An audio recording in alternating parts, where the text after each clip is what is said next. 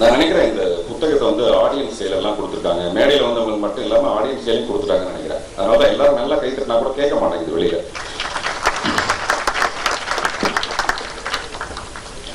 இன்னைக்கு மத்தியானம் ஒரு 1:43 இருக்கும். தயாரிப்பாளர் முருகன் வந்து எனக்கு ஃபோன் பண்ணாரு. இன்னைக்கு ஈவினிங் ஃபங்க்ஷனுக்கு வந்து டைரக்டர் சொல்ல சொன்னாரு, வேஷ்டியை கட்டிட்டு வர சொன்னாரு அப்படின்ட்டு. கட்டாம எப்படி வர்றதுன்னு யோசிச்சு பார்த்தேன் நான். அது சும்மா ஒரு ஜோக் மாதிரி இருந்தது. நான் அப்புறம் தான் யோசிச்சேன், வேஷ்டி கட்டிட்டு வர சொல்லி டைரக்டர் சொல்லியிருந்தாருன்னா அது ஒரு பண்பாடு சார்ந்த விஷயம். ஆனா அதே வேஷ்டியை கட்டிட்டு வர சொல்லியிருந்தாருன்னா என்ன அர்த்தம்னா, அந்த படத்துல பணிபுரிந்தவங்க எல்லாருடைய மானத்தை காப்பாற்ற வேண்டியது அந்த டைரக்டரோட வேலை.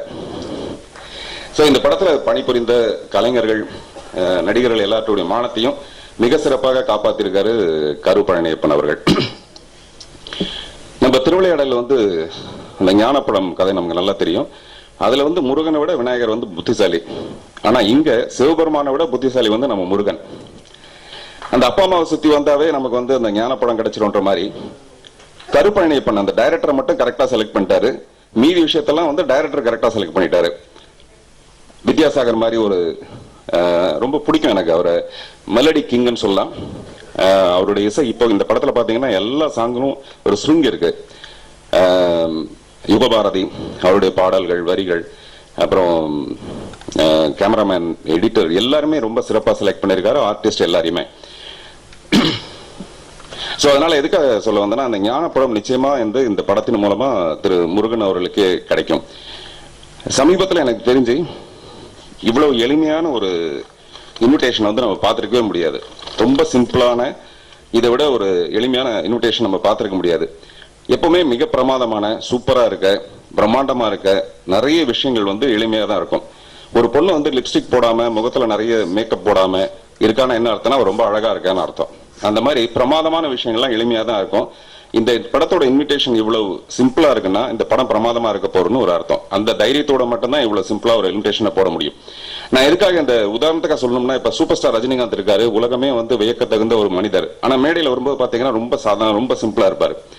அதே மாதிரி இன்னொரு உதாரணம், சிங்கம் 1, சிங்கம் 2 எல்லாம் பண்ணிட்டு சூர்யாவை பார்த்தீங்கன்னா அவ்வளவு பயங்கர எளிமையான ஒரு மனிதர்.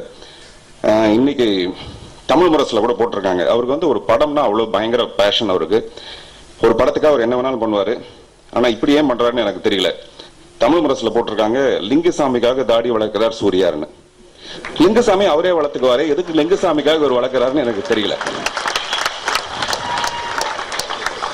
சீரியஸா அதை படிச்ச உடனே சோ அவருடைய டெடிகேஷன் வந்து எனக்கு பயங்கர ஒரு ஆச்சரியத்தை. ஒரு டைரக்டருக்காக, ஒரு பிலிமுக்காக என்ன வேணாலும் செய்வார். அவருக்காக ஒரு தாடி கூட வளர்ப்பாரு, அந்த மாதிரி.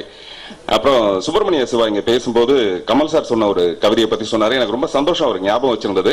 பட் கமல் சார் எழுதின விஷயங்கள் என்னன்னா, பலரது கனவாய் பார்த்திபன் திகழ்கையில் பார்த்திபன் கனவில் நான் இருப்பதில் மகிழ்ந்து, பலரது கனவாய் பார்த்திபன் திகழ்கையில் பார்த்திபன் கனவில் நான் இருப்பதில் மகிழ்ந்துன்னு. அது எனக்கு, நான் எப்பவுமே என்னை உற்சாகப்படுத்திக்கிறதுக்காக படிக்கிற ஒரு வரிகள். கருப்பழனியப்பனை பத்தி சொல்லணும்னா, சுப்பிரமணிய சிவா தான் சொன்னாரு அந்த குருக்கும் சிஷ்யனுக்கான விஷயம்ட்டு. இந்த படத்துல வந்து நான் ரொம்ப பயபக்தியோட வேலை செஞ்சேன், அதான் உண்மையான விஷயம். எங்கேயாவது நம்ம சின்னதா கருத்து சொல்லி அது இந்த படத்தோட வெற்றியை கூட கெடுத்துடக்கூடாது. டைரக்டர் என்ன சொல்றாரோ அதை வந்து கரெக்டா செய்யணுங்கிறது வந்து ரொம்ப கரெக்டா செஞ்சது நான் இந்த படத்துல தான் அவ்வளவு கரெக்டா செஞ்சிருக்கேன். எனக்கு என்னன்னா, இந்த படம் வந்து ஜெயிக்கணும். என்னோட பையன் வந்து விஷுவல் கம்யூனிகேஷன் படிக்கிறாப்ல. இன்னைக்கு ஒரு ஷார்ட் ஃபிலிம் பண்றாரு. நான் பயங்கர டென்ஷனா இருக்கேன். நான் தான் ப்ரொடக்ஷன் மேனேஜர் மாதிரி வேலை செஞ்சுட்டு இருந்தேன். அவருக்கு என்ன வேணும்ட்டு. அந்த மாதிரி கருப்பழனியப்பன் வந்து என் கூட வேலை செஞ்சா கூட அவரோட நான் அசிஸ்டண்டா அவரோட நான் இந்த படத்துல ஒர்க் பண்றது, இந்த படத்தோட வெற்றிக்கு நானும் எங்கேயாவது ஒரு சின்ன காரணமா இருக்கணுங்கிறது. எல்லாரும் கை தட்டும் போது கருப்பழனியப்பனோட பேர் சொல்லுமா நான் நிறைய கை தட்டணுங்கிறதா என்னுடைய விருப்பம். நன்றி, வணக்கம்.